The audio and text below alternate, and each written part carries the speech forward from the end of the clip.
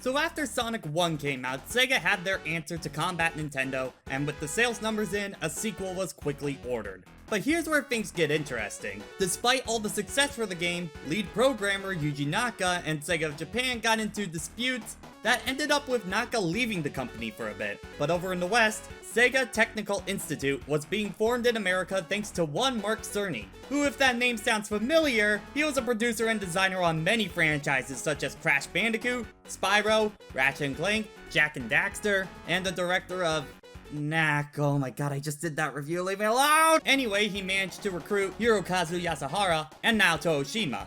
With two of the big three from Sonic Team recruited, Mark managed to convince Naka to join the American division to help develop a sequel to Sonic. Naka agreed, but on the condition that there would be a two-player mode since he wanted to do that for the first title, but he didn't get enough time. As development started, many ideas would change over time, like the game originally having 18 zones and a time travel concept that was dropped very quickly.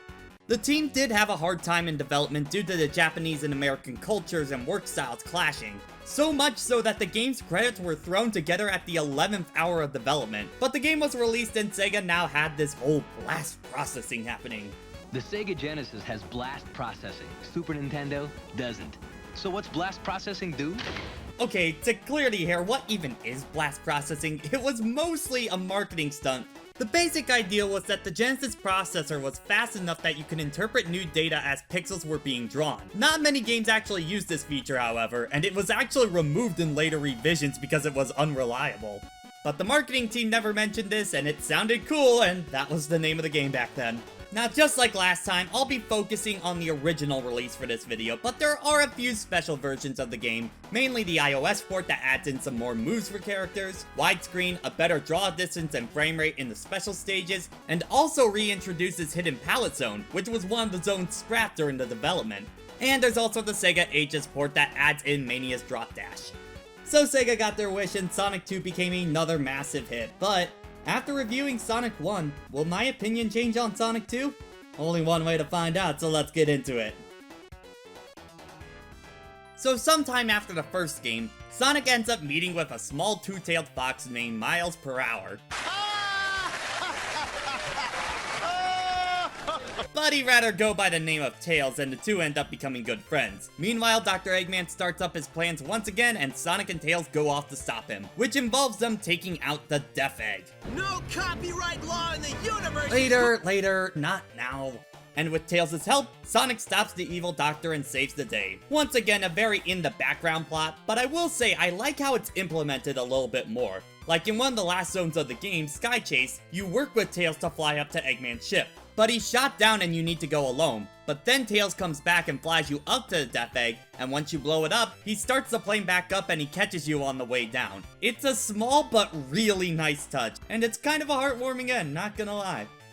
Sonic 2's presentation is definitely a step up from last time. Not only is the sprite quality better in general, but there's a lot more personality that shines through. Like a new standstill with Sonic lying on the ground as you wait for a long time, or how Tails just starts yawning, or how much more worried they get when they're on an edge of a platform. Jumping a bit ahead here, but I love how powerful they make Super Sonic feel with his animations.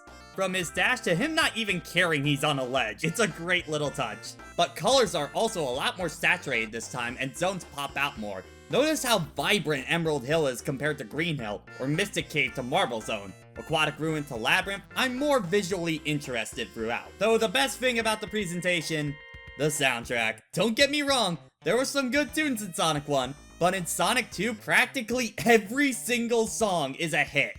Emerald Hill, Chemical Plant, Casino Night, Hilltop, Mystic Cave, Wing Fortress, it's so good! Please do give it a listen to sometime, it's some of the best that the Genesis has to offer. So Sonic 2 is just a better presentation package than its predecessor, but how about the gameplay?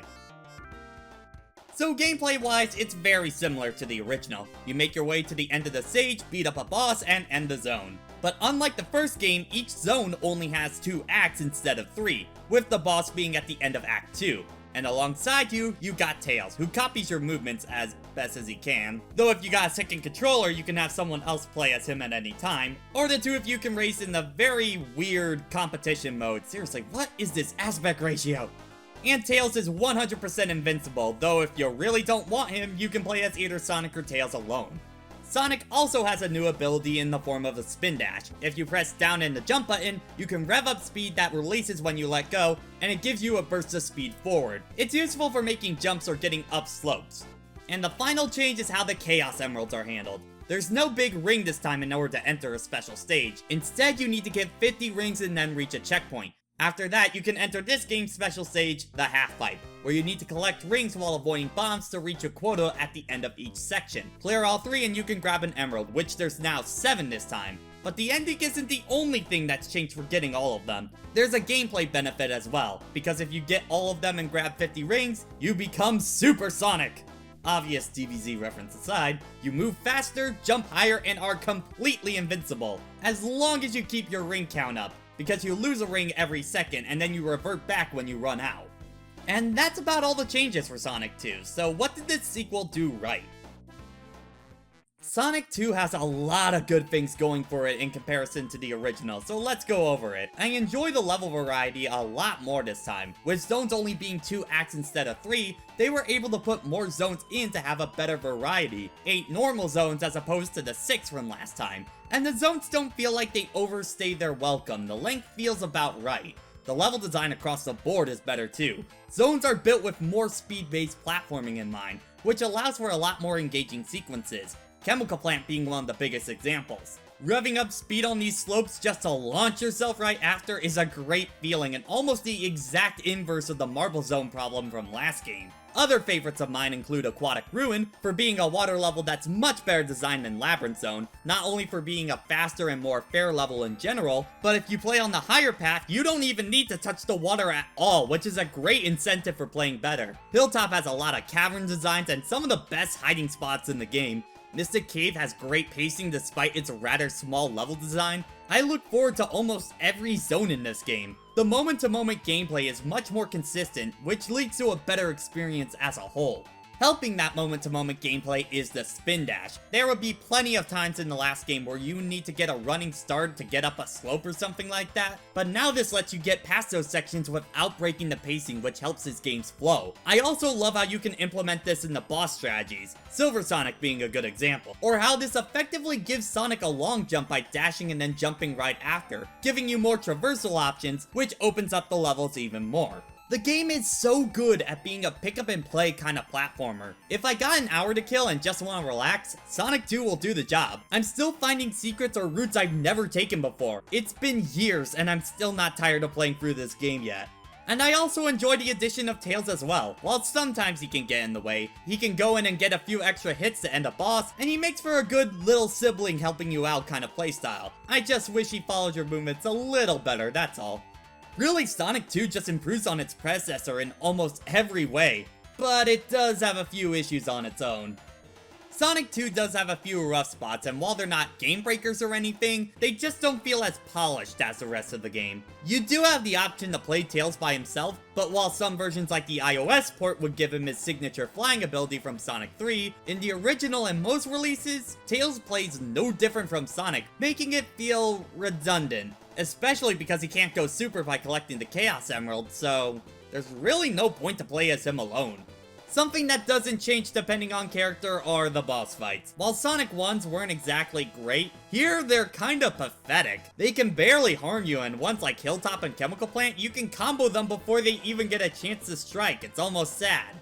The only ones that I think are kind of hard are Wing Fortress's boss, but that's more because of the hitboxes than anything, and the final boss, but we'll get to him in a bit.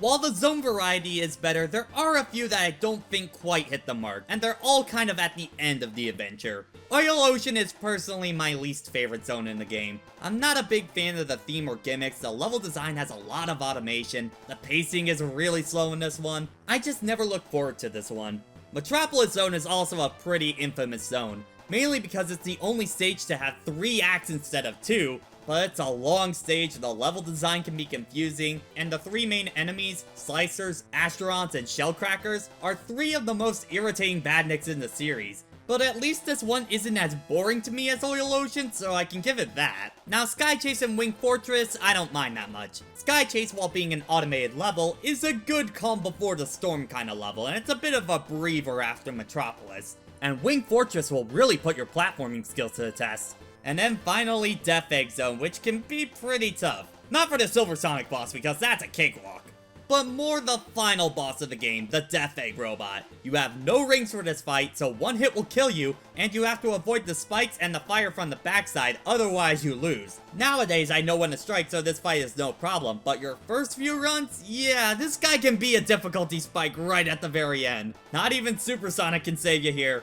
Speaking of Super Sonic, while a fun reward, I do think it is a bit more trouble than it's worth. First off, trying to find 50 rings and then search for a checkpoint doesn't feel as natural to me as keeping them all at the end of the level. It forces me to play the game in a particular way that goes against what I feel like the level design was made for. And regardless on whether you get the emerald or not, you lose all your rings when you leave the special stage, forcing you to hunt them down again, which adds to your playtime. It took me over an hour just to get all the emeralds for this, which is the amount of time that it takes me to beat the game normally.